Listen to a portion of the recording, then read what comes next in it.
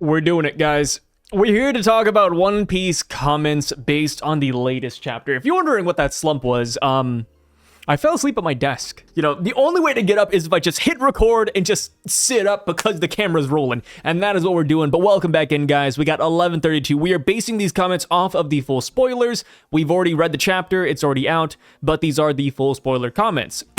I will be doing the comment section over the actual chapter later on, but of course, you guys already know what you signed up for because this is the spoiler channel. So, to start things off, let's see, what is the top comment? So, you guys are going to see the process here. I don't really vent these. Okay, where is it? Okay, there we go. That's my comment. We'll ignore that one. So, the comment right below, let me just kind of size this up a little bit. All right, hopefully I just cut this out for you guys. You don't have to see this this background stuff behind the scenes. Okay, perfect. There we go. The last part is Oda's team begging him not to stay in Elbaf for 3 years. Oh yeah, do not linger in Elbaf. Yeah, Oda's team was like, Oda, please, we want to go home. We have families, wives, children. My kid's going to college. Which is really funny on another note, because back in Whole Cake Island - Wano, Oda said that the story only had... Okay, I'm sorry. I had to check to make sure my microphone was even on for a second. Oda said that the story only had 5 to 6 years left. That's this year. It should have been over in 2024. 2025 is around the corner, Oda. What are you doing? Yeah, it's funny. It's definitely good for us, the fan base, and I'm sure Oda... Hopefully he's still having fun doing this series. I bet he is, especially with Elbaf. This is an arc he has been waiting for many, many years now. Okay, this is a good one. I already responded to this on the side, but I'll go ahead and read it here too. I gotta say, spoilers are like drugs. I was clean for years, trying to avoid it and be a good girl. Felt so bad when I did it the first time, but then it slowly became a habit, and now it's just torture to be deprived for a long period of time. And yes, I agree. You know, back many years ago, back when I was in middle school, I used to read Shonen Jump every Friday because I read leaks then too. You know, I didn't wait for the Sunday chapters like a good person. But yeah, I was always on my phone reading the newest chapters, going on my computer and just reading them. And once I found out spoilers are a thing, I think around college-ish, I just always read spoilers. I kept up with the hints. I read the brief spoilers, the full spoilers, and just whatever information was out there. And for me, you know, I bet people who read official chapters, they argue against this. But for me, I feel like it doesn't take away the hype from the actual releases. I feel like if anything, you have multiple things to look forward to in a week. Because at first, it was just that Thursday, Friday drop. But now it's oh, hints Mondays, spoilers Tuesdays, full spoilers Wednesdays, leak chapter Thursdays, officials on Sundays. Dude, the whole week is popping now. So yeah, spoilers are like drugs, but I gotta say, there's no real downsides as long as, it doesn't spoil your enjoyment. Which there was a study, I forgot what college or university it was done by, but they polled people and they actually found out that spoilers actually help people enjoy a series more when it comes to movies or books. They concluded that even though people know the ending to a story, it doesn't ruin any enjoyment at all. If anything, it just adds more to it. And I think that's because since you know what's going to happen, you focus more on the small details that will lead you to the ending. You have more appreciation for the journey to that place, or you try to piece it together. I think there's a lot of things to it, but yeah, spoilers overall, believe it or not, I'm a big fan of them. Okay, so what does this say? This chapter is peak. Insane world building as always. Elbaf looks amazing. Yes, it does.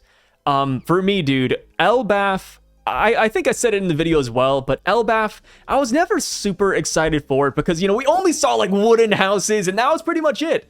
But now that we see the tree, the houses are in the middle of the tree, there's a waterfall, rainbows, sky island clouds, it's okay, you got me, Oda, you got me. This is Oda telling himself not to stay in Elbaf too long. Straw Hat Reunion is a big reward for waiting, and I can't wait to see the panel. I'm so happy. The crew is fully together now. Arcs where they split up are still amazing and perhaps give individual Straw Hats more spotlight, but it's nice to see them completed. And yes, that is true. This is one of the few arcs where they are all together. I'm sure they're going to split up and, Robin's going to go to Saul, because I don't think the rest of the Straw Hat crew would necessarily care about him. I feel like if you were to look at Luffy and say, hey, Luffy, would you rather explore the island or meet my old friend Dash, father figure Saul for a little bit. If they have a lot of time, I'm sure Luffy would do it, but off rip, the boys are going to be boys. They're just going to run off, explore, go to the castle, eat some food. Like, Saul is the last thing on all of the Straw Hats' minds, except for Robin. And maybe Chopper. I think Chopper would be really interested. Same with Vegapunk, because obviously, doctors are a thing, and Vegapunk knows him. So Saul being sick, I feel like they're all going to come together. Like, the brightest minds of the Straw Hats will conglomerate nearby Saul. But as far as everybody else, they're just going to have fun. But yeah, it is nice seeing them all together, especially since we don't have a central villain. And I feel like that's the main breakup with this arc compared to others, right? Going into other arcs like Whole Cake, Wano, Dressrosa, Punk Hazard, like all these arcs where we split up, it's because there's a villain that does the splitting. And when they split us up, it's usually for a long time, right? Like Caesar gassed the Straw Hats, kidnapped half of them. In Whole Cake, obviously we had some go to Wano, some go to Whole Cake. And then for Dressrosa, that is when the whole Zoe Big Mom thing happened. So like so many of these arcs, somebody is splitting us up. In this arc, we had Road. Road did split us up, but since he's not a real villain, it only lasted for like 3 chapters. Of course, for us, it feels like a long time. It's been months. My God, it's weird thinking about it, but when we first saw Road and when we first came here to Elbaf, that was like 4 months ago. Brother, only like 5 or 6 chapters have come out. You know what I mean? Like, not a lot of time has actually passed in the world of One Piece or, with chapters. But yeah, it's nice to see this breakup, and I like how different Elbaf has been so far. Long-winded answer. Time runs faster in Elbaf, that's why you shouldn't stay too long. You get the lifespan of an insect. So this is interesting for a couple of different reasons. I do agree. I think why you shouldn't linger on the island is going to be time related. That just makes the most sense because there's not a lot of other options out there that, sounds reasonable. So time just makes the most sense right now. But as far as your lifespan being really short, one thing that contradicts this is Jarl. I always mispronounce his name. I always forget it. I think he has a brother who's the opposite, but either way, Jarl, he is 408 years old. He should be dead. Oda said that giants live 3 times longer than humans. They have an average lifespan of about 300, but Jarl is 408 years old. We heard about this guy still being alive 2 chapters ago. So I thought it's kind of interesting that that's a thing, and I almost wonder if it's the opposite. By staying on Elbaf, your lifespan gets prolonged. Well, maybe if you're a giant, it gets prolonged, but maybe if you're human, it goes faster. Obviously, there's a lot of different ways this could work. It could be a race thing, even. Maybe humans have to wear the gas mask like the people in the underworld to subvert the time change, but that wouldn't make sense, right? Why would a gas mask actually help you survive here? And even then, Loki did say that they wear gas masks because the animal suits they wear is just really smelly. But, maybe he could be lying. Loki is a trickster. He has lied already. So if he lied about the gas masks and their importance, I wouldn't be super shocked. Going to the silhouette we see at the end of the chapter, if you look at him, even he is wearing a gas mask. At first, I thought it was just a beard. But if you look at the guy's silhouette, he has a tube that connects his beard or mask to his chest. So it does look like a gas mask in my opinion. So maybe that is the key to avoid the time change. One thing that is really odd, and I've talked about this a couple times now, but Dory and Brogy haven't mentioned anything about this. If it's your first time going to an island, and your island is very different in terms of time, that feels like an important thing to mention, right? Hey, by the way, Straw Hats, you're gonna love it here, but also, time passes by, man. Time is a little bit wacky here for humans. None of them have said that. So I'm not too sure. That is why, maybe it's a good thing that happens, right? Maybe if it's a good thing, they don't feel the need to say it, but if it's bad, they would. But yeah, I have a lot of mixed feelings about this one. But I do agree. Base level, I think it is time related. So now what is this? Shanks doing PR work for Luffy. Do not forget his name, Straw Hat Luffy. Yeah, dude, Shanks is going around spreading the good word of his, son, I would almost call him. That's kind of what Luffy feels like right here. But yeah, Shanks is going around talking about Straw Hat Luffy. And I wonder what other pirates also know about him, right? I'm sure if we ever meet Shiki or Scopper Gaban, why do I always say that? It's either my accent or just the way I've always heard his name or how odd his name is, but I always like put a weird enunciation on Bon. But yes, whenever we meet more old head pirates, I'm sure they're also going to hear stories about Luffy, right? Like, oh, like that red-haired brat was talking about you the other day. Like maybe we see Wang Ji, for example, because he should be an Impel Down. Like maybe he breaks out and he's like, you're the guy Shanks and Rayleigh were talking about, huh? Straw Hat Luffy. What's up with this kid? But yeah, I think that's really cool. You know, I love that even the bare minimum from Shanks can send the fan base into a frenzy. Like, all he said was, don't forget the name, and then all of a sudden, you know, we're all hyping it up. Like, yo, Shanks is crazy. Okay, so what does the next comment say? Oh, I have something to add to the idea that people get bigger on Elbaf. I like that. The Northbirds on Jaya were small, and then on Skypiea, they became big. Maybe after arriving on Skypiea, they made their way down to Elbaf. Or maybe they were originally from Elbaf. I've always thought the plot point would come back around. Also, the sky octopus shrank as it made its way down into the blue sea. But I'm not sure if they're related. Yes, so things in the sky do just get more inflated. They get bigger. They don't get like more durable because they're like balloons up in the sky. So that could be it. Maybe if you stay up on the cloud sky islands for too long of Elbaf, you do become more inflated. We haven't seen that so far though from the animals, because the animals thus far have been like genuine, right? We don't hit them and they blow up like the Skypiea things. So I don't think this is the case right away, but you know, I got my eye out for it. You know, I am a fan of the gigantification route of Louis Arnaud's note. So next comment says, Raizo will most likely be the new daimyo of Udon, since he's the most connected there narratively. I will judge Momo and the Scabbards greatly if they let the Beast Pirates build a base in Wano. Yeah, I mean, forget the Beast Pirates, you know, owning and building Udon Castle. If the Beast Pirates are even in Wano, I would greatly judge them, right? Because for Momonosuke, I've been saying this time and time again, but Momonosuke could easily solve the sword kidnapping problem. He could easily solve the kidnapper problem, because the thing is, Momonosuke could turn into a dragon. Like, sure, Momonosuke is still afraid of heights. He doesn't want to fly, you know, if he doesn't have to. But dude, Kaido, you know, I just have flashbacks to the beginning of Wano, where Kaido turned into a dragon and flew around the island while drunk for fun. So yeah, suffice to say, if we come to find out that whoever is doing this is a large organization like the Beast Pirates or, you know, a black market, I'd be a little bit disappointed. I'd be like, guys, Momo, Scabbards, like, you have all the citizens of Wano behind you. You have full control, full authority. How are you letting this go down?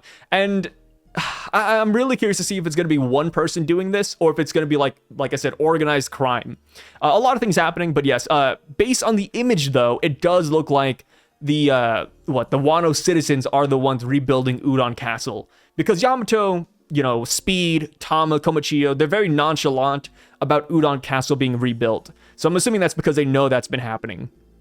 But now, on to the next one. They say, Rainbow Bridge sounds like the Bifrost. That's exactly how it's described in Nordic mythology. Yep, a lot of people were expecting a Bifrost-esque thing here in Elbaf, but little did we think it would just be straight up a rainbow bridge, right? A popular theory before this chapter was that we would meet a character named Heimdall who would activate the Bifrost for us. But no, looks like if you have a Sunstone, you can just open a rainbow. And the crazy thing about the Sunstone too is that you can make more than just the rainbow, right? Like Brogy said, he drew this up and it's good to go. So what else could we potentially draw up and ride in the future? I like what Oda did here. I think the possibilities are limitless, and hopefully the Straw Hats get a Sunstone of their own to use in the future. So now, the next comment says, confirmed that there is a third level of the Treasure Tree Atom. It's going to be the One Piece's version of Asgard. Who lives there? Gods. And this person says royalty, which royalty, gods, you know, kind of one and the same. So as far as that third level goes, it's hard. Okay, first up, the royalty thing, right? I don't think royalty lives there. And that's simply because when you see the double spread of Elbaf, you see the castle in the background, and you can tell that's probably where the royalty lives. So if this is the second level still, what is the third level going to be like? Like, I'm assuming it's inside the tree, right? It's got to be like in the canopy somewhere. And I just don't know what to imagine. Like, we had the underworld with the frost and the cold and the chills. And then now we have the sun world where it's like half tree, half sky island. And then if we go above even that, you know, will Oda just repeat the sky island clouds and have that run? Or are we going to be like within the canopy, like I'm kind of suggesting here? I'm not too sure. And like you said, who would live there? Maybe giant animals? I don't know, man. Like, I mean, the giant's already here. I would almost say that that's where the sun god lives, but I mean, Loki's down below, right? Like, he's not up there. I would like to imagine there might be like another god devil fruit that's up there, or maybe that's where Enel is, right? You know, people have been talking about Enel. Funny enough, I had a dream about Enel, and I call it a dream, but it's more like a nightmare. And you might be wondering, wait, what? Why are you dreaming about Enel? Well, it's because I was waiting for this damn chapter to drop for so long. I ended up falling asleep, not just like now, but like earlier in the day. And I had a dream that we finally met Enel in the story, but it was a nightmare because Enel didn't play a major role. In my dream, Enel came down. He said, "Hey, Straw Hats, I've changed. I've turned a new leaf. See you later." And I was so struck by that. I was like, no way. Like, we waited 20 years for him to say hello and goodbye? Nah, man. But yeah, maybe it's Enel. I kind of doubt it. But I do think the third layer is really interesting, especially how they describe it, right? The underworld is, you know, the dark, cold place where they put all the prisoners. The sun world is in the middle where the sun reaches and where all the giants live. What would the third level be? Like, it doesn't make any sense. Like, I think what they're talking about here, like the gods and royalties, like that makes sense. But what are we going to expect? Like, we say gods, but who? Right? Like, just like 2-3 guys, maybe one person. Royalty, like what? We have a castle right here. So is this like royalty above even them? Right? Is that where like Harden's dad lives? Well, Harden's dad is dead. So, royalty. So what? Just Harden? Huh. Maybe his mom's alive, right? He's got a mom. But what am I talking about? But then again, it's One Piece, man. In One Piece, all the moms die. So now, happy Thanksgiving. I think I speak for everyone when I say we're extremely thankful for you and your content. I'm thankful for you guys. I thought about making like a little video just saying, hey, thank you all. Happy Thanksgiving. But I think that would have been like a 20-second video and that would have felt a little bit silly. But thank you guys. Hope you had a great holiday. Happy Black Friday. Cyber Monday's around the corner. Hopefully got everything you wanted in your shopping cart. And hopefully you guys ate some nice ass turkey. Personally, I don't like turkey. I'm not a big fan of ham either. I'm more of like a beef and pork guy. And seafood. I like seafood. I actually bought like 2 pounds of crawfish earlier today. I love it. But now, on to the next comment. They say he's going to keep his promise, but then fight Loki right after he frees him. And then they say that makes no sense at all. If Kid frees him and Luffy fights him, then it's okay. I think this makes sense. I'll admit, I think this makes sense. And the reason why is because we have to remember, Luffy is gullible and Loki is a liar. Luffy wants to free Loki because Luffy wants to know about Shanks. We don't know the specifics of their deal, but that's kind of what we're guessing right now, right? Oh, Luffy frees Loki. Here's the Shanks info. But Loki is a bad guy. Of course, there's a lot of dialogue where you can kind of interpret that he is evil. Like when he said he would kill any pirate crew out there, when he lied to Luffy about Shanks in the very beginning, calling him a coward, and then also when Loki said he wanted to destroy the world. Like, there's a lot of things that we could pick up on and say, oh, Loki's not, the most unrotten apple in the bunch. But Luffy might not notice that. So I could definitely see Luffy releasing Loki, and then when he realizes that Loki is a bad guy, when Loki starts trying to fight his friends or do whatever, then Luffy will just put him down. I don't think it's strange at all, because Luffy kind of did the same thing with Lucci and Kaku back on Egghead Island, where they were chained up. We know that they are bad guys and that they want to kill us, but mutual benefits, right? They didn't want to die. We didn't want to have to protect them. We also had to fight the Seraphim. Boom. Rob Lucci and Kaku are free. And then guess what? Later on, Zoro has to fight Lucci, and then Sanji has to bubble up Kaku again because they can't be trusted. They're still evil at the end of the day. So I don't think it's super insane that Luffy frees Loki, and then the minute Loki starts doing something, Luffy has to stop him. If anything, I think this would make a lot more sense because it's sun god versus sun god, right? It's almost poetic in a way. But of course, maybe that's too on the nose. Maybe Loki does end up being a good guy. Maybe Loki sees that Luffy's the real sun god, and then he submits because he's such a nice guy. I don't know yet. I can't exactly get a read on Loki's character. Characters in One Piece can be very dynamic, right? Once we learn their backstory, things change heavily. Right? Because right now, we just know the whole thing where, like, he killed his dad and ate the devil fruit, but what if there's more nuance to that story? What if there's a reason why he had to do that? More nuance as to what he means by destroying the world? Because some people are saying that that could just mean he's destroying the Red Line, or destroying things that need to be destroyed. So I think there's a lot here. We don't know enough about Loki to say concretely, but I can see both sides. I can see both sides. This one says, 10 out of 10 chapter. Is it possible that the actual sun god Nika lives in the heaven world, assuming he's real? Or perhaps he rules over the sun world? So, another sun god Nika. We had Road. We have Loki.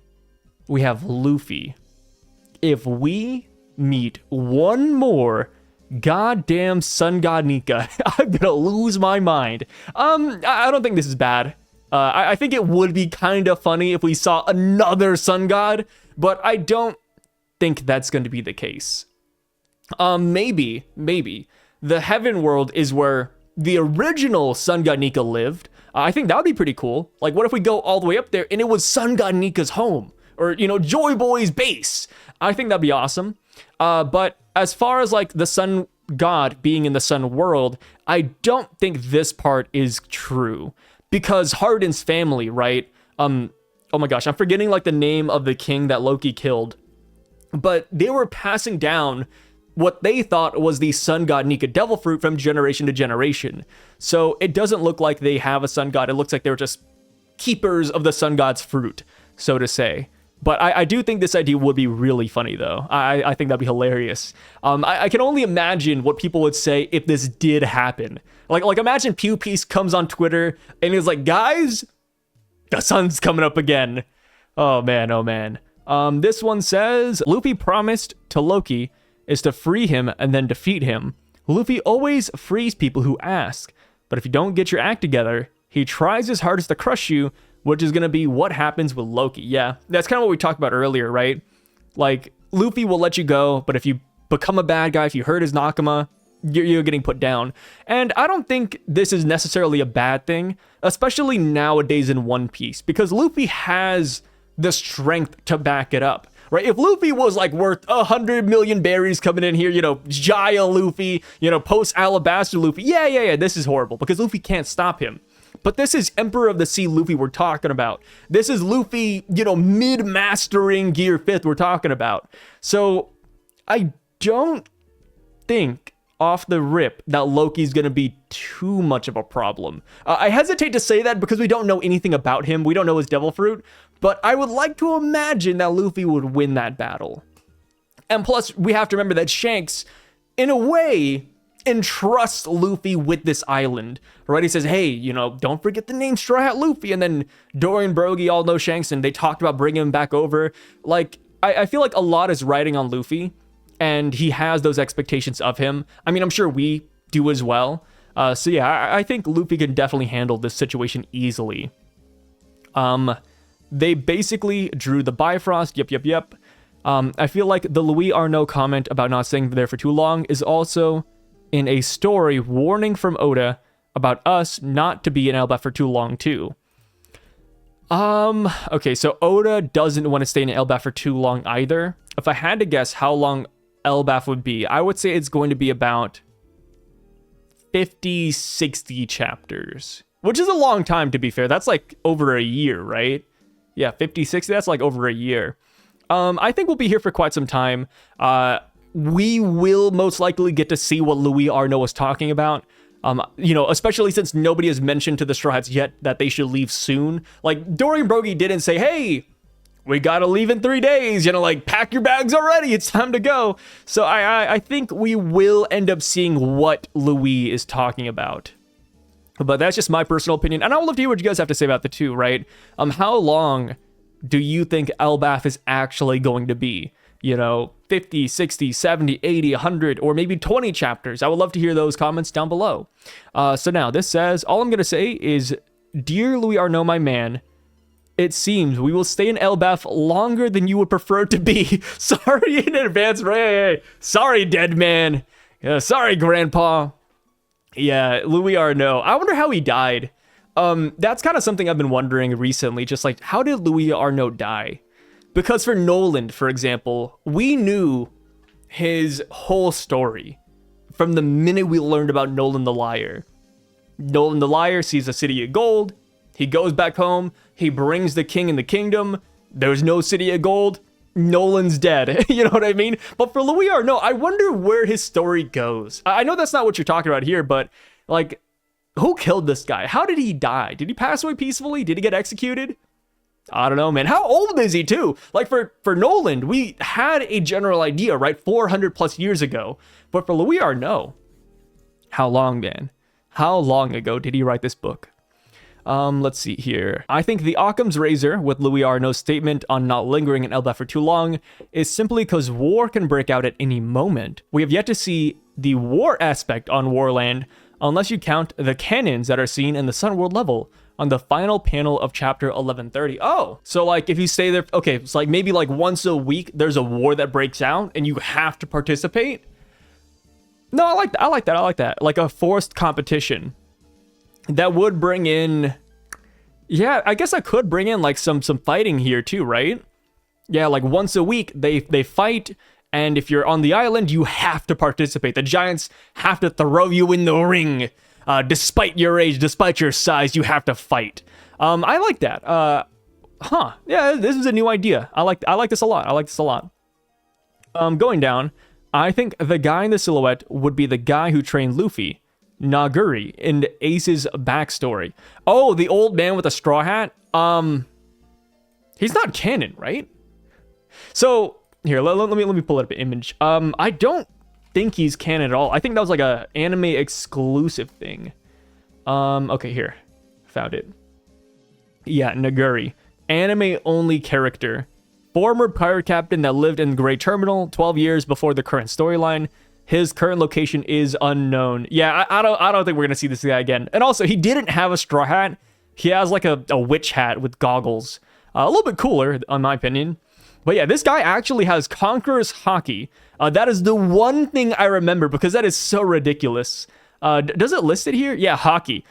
Dude, oh, sorry. You guys can like barely see this, but it says Naguri possesses Supreme King Hockey. He was able to simply glance at a bear to stop it and send it back to the forest. Funny enough, I mean, we did see a bear with the silhouette in this chapter. So you're not super far off. But I just don't see this guy becoming canon. If this guy was an actual canon character in the manga, I would give this more thought. But because he's anime only, I don't think so. And, since we're talking about anime only characters, let me see. Is there a category on the wiki? My favorite anime only character, my god, it is Grout, I think is his name. Do you guys know what I'm talking about? Let me see. Grout. Marine Rookie Arc. Yeah. All Hunt Grout is his name. He's a character that, in my opinion, doesn't belong in One Piece. This guy is insane. So it's like this Kobe-like kid with the red hair. And if I recall correctly, yeah, he has like a gorilla arm. Like it's so strange. And he's like a marine too. And he doesn't have a devil fruit. He just has like a crazy like monkey arm that comes out of nowhere. Like, yeah, here it is. Look at this. Like, what is this thing? Yeah, they never explained it. He just has a weird animal arm. Apparently the wiki says he has an unclassified Zoan devil fruit, but we know that's BS. Like, Zoan devil fruits do not do whatever the hell that is. But yeah, either way, TLDR, I don't think it's Naguri. In comparison, you could say, oh, but why do you think it's Shiki? But that's because Shiki is actually canon. He has chapter 0. He's been mentioned in the God Valley flashback. Oda's brought him up just like 2 months ago in the SBS. So I feel like Shiki, even though he's not like canon with Strong World, he has enough canon elements to him to make him the silhouette. But I do like the outside of the box thinking, though. I will give you a A+ for that one. I do like how different that answer is.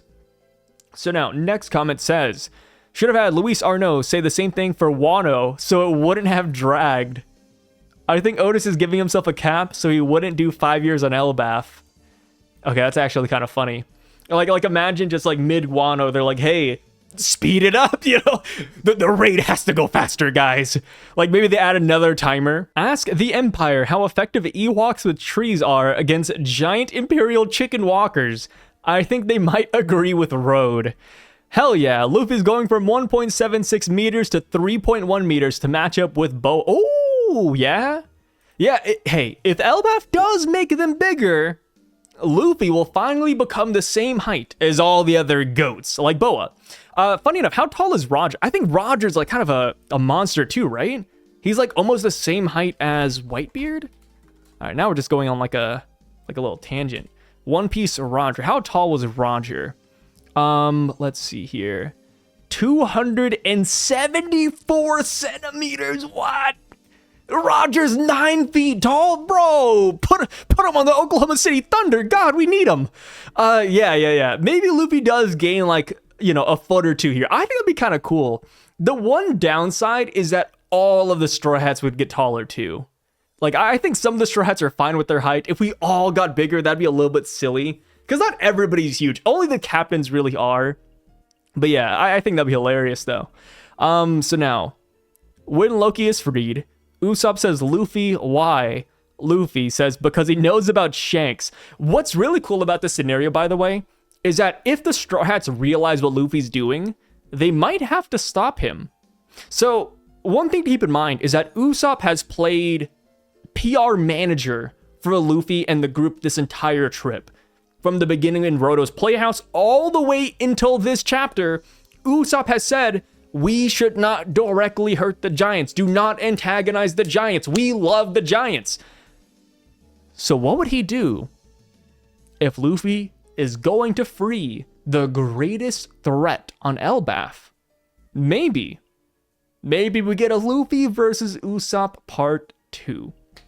I think that'd be absolutely fire. Luffy versus Usopp again? Yeah, dude, the fan base would go wild that day. My God! Especially if Usopp lands a hit or two. Because nobody expects Usopp to win. But if Usopp lands a hit or two on Gearfield Luffy, whoo. Usopp getting a hammer made out of Sunstone would be epic. Oh, that's a good idea.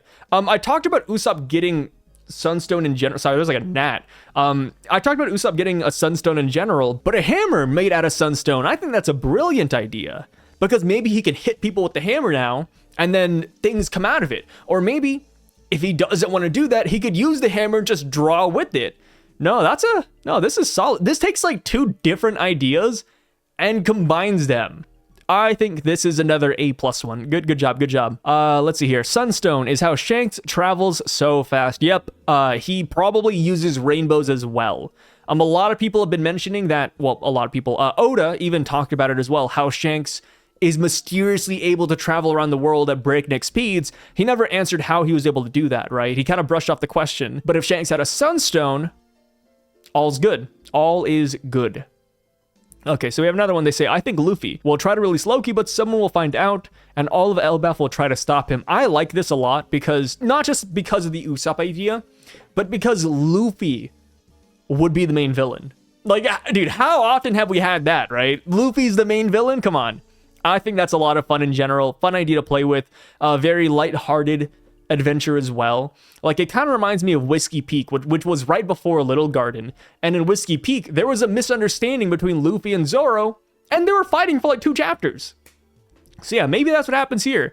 You know, the minute they find out that Luffy is allied with Loki, boom, boom, boom. We gotta take Luffy down. You know, people have been asking, you know, it's a fan favorite debate. Can Luffy beat the Straw Hats? Or, you know, can the Straw Hats beat Luffy? Personally, I don't think so. I think Luffy's just too broken. I mean, of course, if this fight happens, they don't know each other, so Luffy's not like, oh, I don't want to hit my friends, or I don't want to hit my captain. But yeah, I think maybe Oda's going to play with this idea a little bit. I think this would be like a very fun time. So now, we'll end this off how long? We've been here for 35 minutes. Okay. I think Wano Hat and Mysterious Man is Shiki the Golden Lion. Long hair, come on, it's obvious. All right, here's the thing, right? It is pretty on the nose. Like, we have the long hair, we have the hat, we have the missing legs, we have the animals, but there's a lot of characters that could fit that description. I mean, guys, Oda's silhouettes, man. Oda's silhouettes are always tricky. Like, dude, just think about Loki. Dude, Loki compared to what we saw in Elbaf, two different people. The Emperor is two different people. Like, even you remember Denjiro in Wano? And they said, hey, keep an eye out for Denjiro. And then we got the dumbest looking silhouette known to mankind. It was like a stick figure with, you know, I don't even know what to call it, like a silly string attached to him. So, yeah, I don't trust these silhouettes one-to-one yet. Like I said, I do think it is Shiki. Don't get me wrong. I am 80% there. 80% Shiki, 20% Scopper. But it's not 100. It's obvious, but it could be too obvious that it's not that, right? Oda, I wouldn't say he's like a mastermind, but he's like a trickster. It's like we got a trickster at the helm here. So next we have Momonosuke is rebuilding udon for Yamato to take over as daimyo, like Odin did for curry. Not a bad idea. Not a bad idea. I think you might grow by eating the food. The guy with the Wano hat was human-sized when he sat with Crocus, and he's still human-sized too. We see it in this chapter, which, you know, of course, this comment is based off of the spoilers. They didn't see the image, so that's totally fine. But when we see the image of the silhouetted character, they are normal. You know, that bear is huge, and then you see the person, and they're like this big. So yeah, they are a human. They're not a giant. And last comment here, we gotta cut it off sometime, right? This chapter's ending has me amped for the arc. This feels like the start of Skypiea again. I really hope we're getting back to One Piece's adventure roots with this one. Me too. I think, you know, I've watched One Piece many, many times at this point, and I really do love pre-time skip One Piece. And that's not because I think it's like entirely better, but I just do like the vibes of it. I like that we're just having fun, we're playing around, it's lighthearted, and we've been seeing that here in Elbaf. The Straw Hats are having fun. They're running from Road. They're hitting him with trees. Road got, you know, kicked up the ass. Like, there's a lot of fun things about this, and it does feel like adventure mode has indeed activated. But yes, with that being said though, guys, sorry, my voice is going out at this point. I've been talking nonstop, but I really appreciate you guys for being here. Thank you so much. We will be back next week because there is no break, and I can't wait. You know, I'll drop the spoiler release video right when they come out as per usual, and I have you guys to thank for that. You know, happy Thanksgiving. Thank you for being here, and I wouldn't be here without you. Peace.